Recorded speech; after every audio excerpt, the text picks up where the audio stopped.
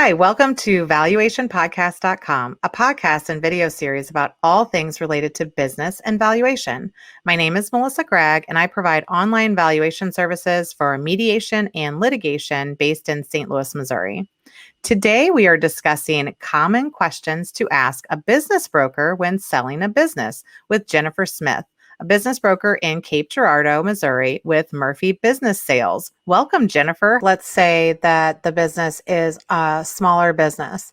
What just kind of conceptually, what is the cost structure of working with a business broker or an investment banker in order to sell your company? Because there are costs involved, and sometimes those are, absorbed by the seller. Yeah, most of the time the seller is going to pay for the fees, and most of the time it's going to come out of their proceeds.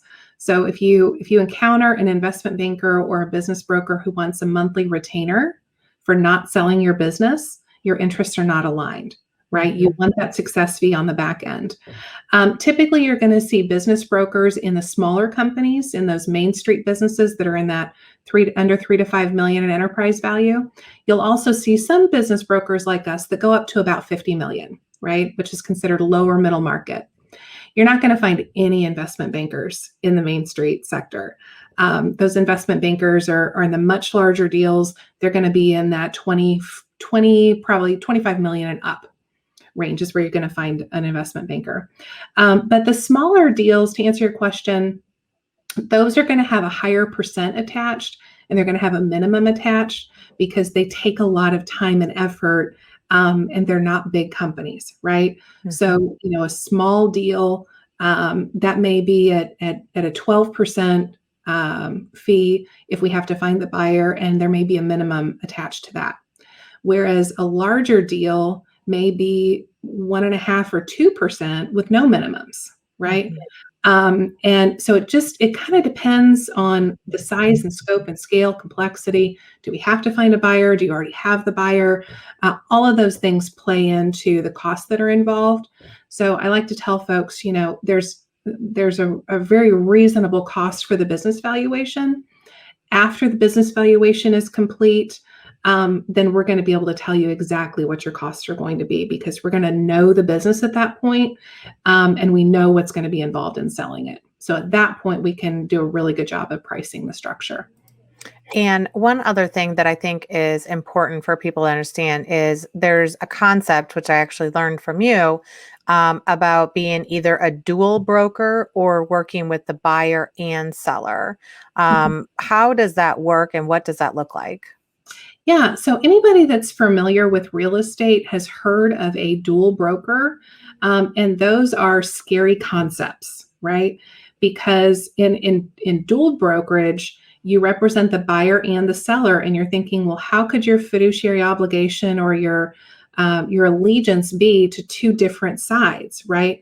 And the answer is, I don't have the first clue how you do that. Right. So dual brokerage is a scary concept. It happens in real estate, but not so much in business brokerage. What you want in business brokerage is a transaction broker. A transaction broker in real estate and in business brokerage represents the deal itself.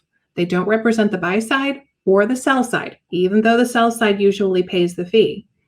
Their fiduciary obligation is to the deal itself. So if the buy side and the sell side want to get a good, fair deal done, it's the broker's job to represent the deal and get it across the finish line for those parties, right?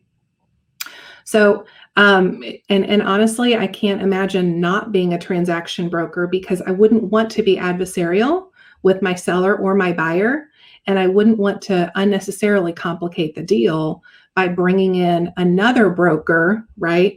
Where we're trying to figure out, who's representing who and whatnot. So this transaction brokerage concept is by far the most fair, kind of lean and mean way to get a business deal done, and get one done quickly, because your broker who represents that deal wants to get it done quickly for both sides so that everybody can get what they're after, right? And get on with their lives. There's no billable hours. There's no dragging it from one side to the other side, to the other side, to the other side, and wasting a lot of time and money doing it. The other thing I would say is, you're not writing anybody a blank check. If the business doesn't sell, you don't owe anybody anything. Mhm. And that's a pretty nice concept for a lot of sellers. It de-risks the transaction for them.